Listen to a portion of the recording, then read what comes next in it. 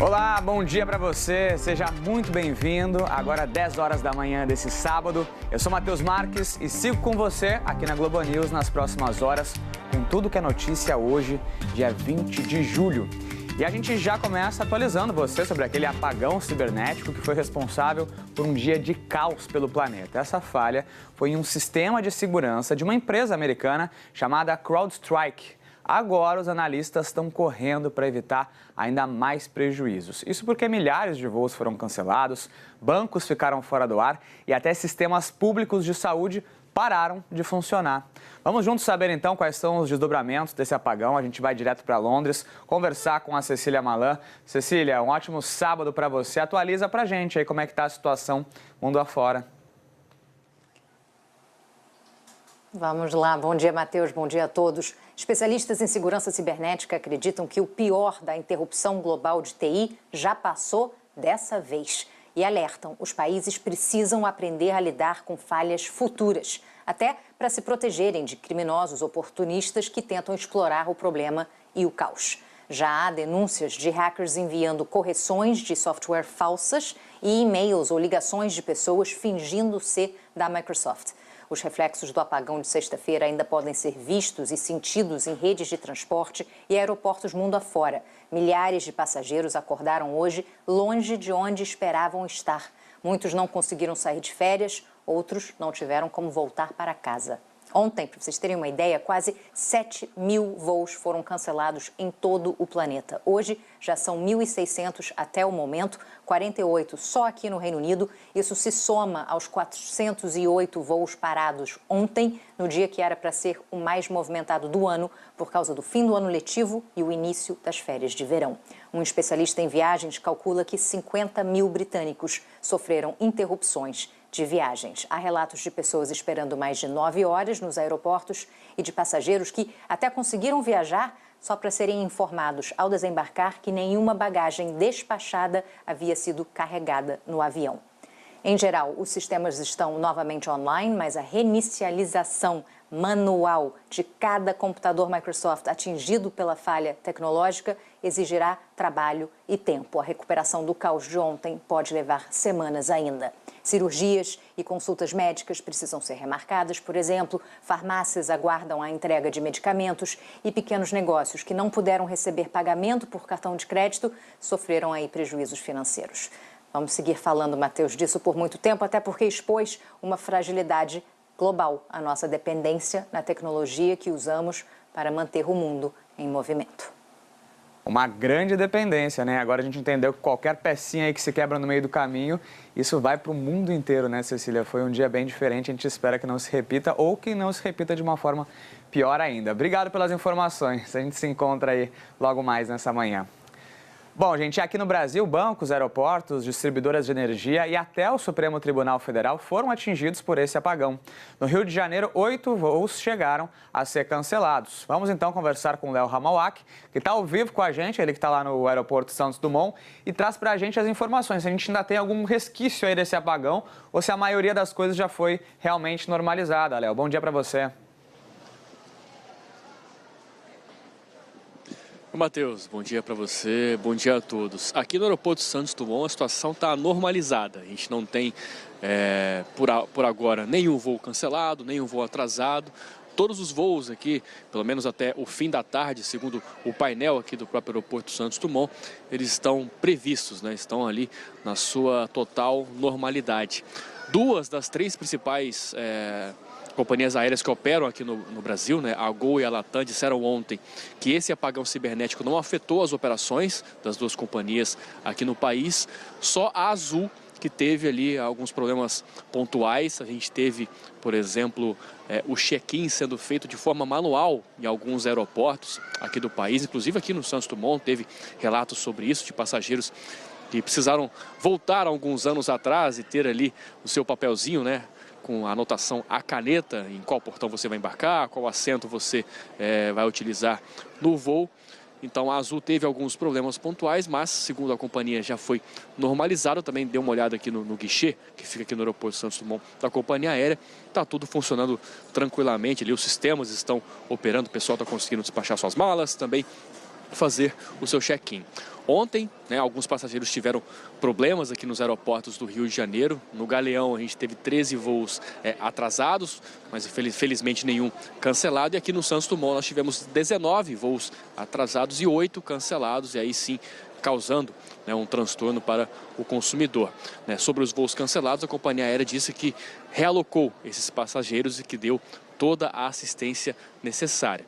Então, Matheus, a situação aqui no aeroporto Santos Dumont está na sua normalidade, está na sua tranquilidade. A gente sabe que no Brasil a gente teve alguns impactos, não tão grandes igual aconteceu no mundo. Alguns aplicativos de banco não funcionaram, o site do Supremo Tribunal Federal também chegou a ficar fora do ar no começo do dia, mas depois voltou ao normal. Um hospital em São Paulo teve o seu sistema afetado, mas de forma geral, a gente vem percebendo é que há uma normalidade aqui nos aeroportos e também no país depois desse apagão cibernético. Volto com você. Beleza, Léo. Obrigado pelas informações. A gente volta a se encontrar aí nas próximas horas, trazendo mais atualizações. Valeu. E olha, para falar sobre esse caso que o planeta viveu num dia tipicamente analógico, a gente vai conversar agora com Guilherme Neves, ele que é especialista em segurança da informação e professor do IBMEC, no Rio de Janeiro. Já está aqui com a gente na tela, seja muito bem-vindo, Guilherme. Obrigado por estar com a gente nesse dia depois do caos, E a gente queria entender um pouquinho sobre o que aconteceu, A empresa já trouxe ali as informações, explicou que teve uma falha causada por um problema na atualização do sistema, negou também que tenha acontecido algum tipo de ataque hacker. Só que a solução, como eles disseram, ainda pode levar alguns dias para ficar 100% tudo em ordem, Como é que a gente, falando aqui sobre o Brasil, tem a nossa segurança da informação blindada para que isso também não, se acontecer uma próxima vez, não pegue a gente de uma forma pior também? Bom dia. Bom dia. Muito boa a colocação. Nós ainda devemos ter esses efeitos por alguns dias, porque o CrowdStrike é como se fosse um antivírus que a gente usa em casa, só que usado de forma corporativa. E essas atualizações, elas são feitas de forma programada, então podem ser que tenha atualizações que estejam ainda acontecendo. E então essa indisponibilidade pode ainda ocorrer. O que aconteceu, basicamente, foi uma falha de gestão de mudança e de análise de risco.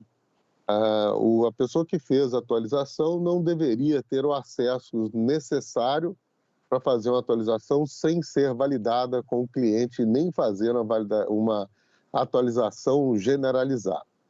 Isso mostra que as empresas precisam ter mais governança na parte de cibersegurança, e ter profissionais qualificados para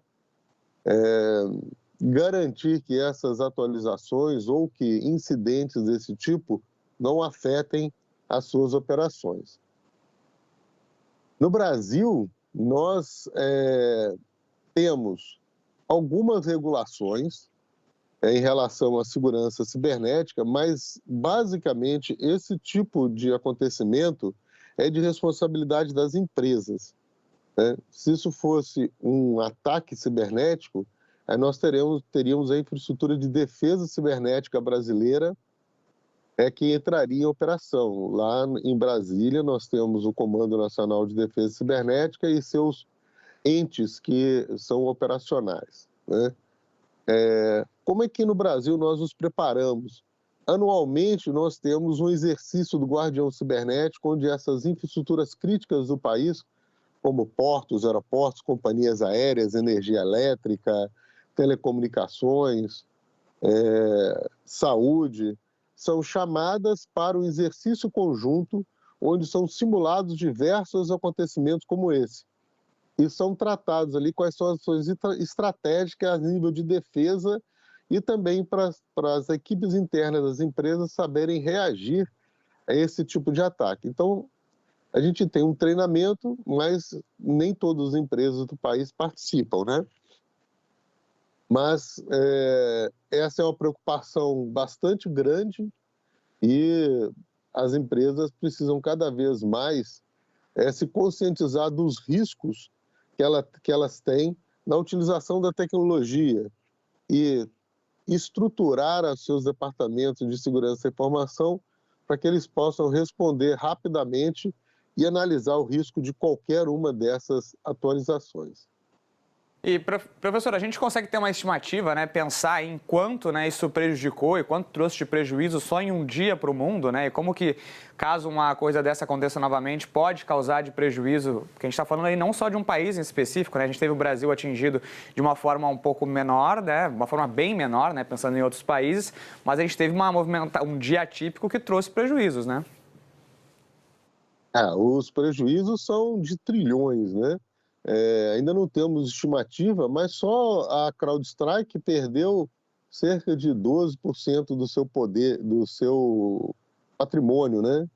As ações caíram imensamente, as ações da Microsoft e as ações das empresas afetadas também.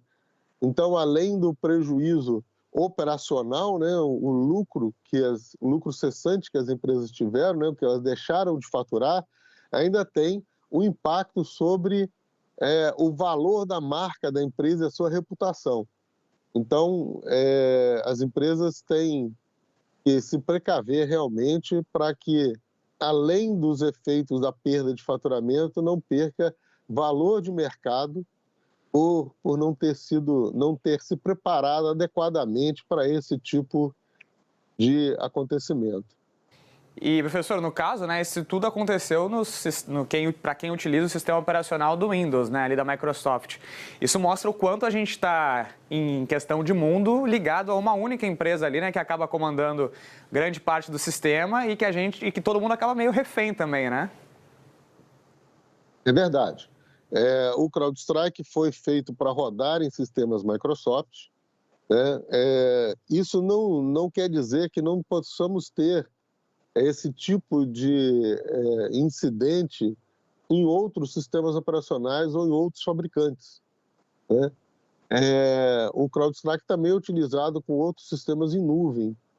E o mais grave é que ele também é utilizado em muitas infraestruturas críticas ao mundo afora. Aqui no Brasil, por exemplo, ele é bastante utilizado em várias empresas de energia elétrica. E se esse incidente tivesse propagado para os computadores físicos dessas empresas, possivelmente nós teríamos, além desses empecilhos, um apagão no país ou até mesmo um acidente envolvendo as linhas de transmissão. Pois é um dia para não se esquecer, né? E pensar e planejar para que isso não se repita novamente, né, professor? Obrigado por trazer aí alguns pensamentos para a gente também entender o que estava acontecendo, o que aconteceu e como pensar no futuro aí. Obrigado pela participação com a gente nessa manhã. Muito obrigado a você pela oportunidade de esclarecer e qualquer coisa estamos às ordens. Pode deixar. Obrigado, professor. E olha, um estudo inédito do IBGE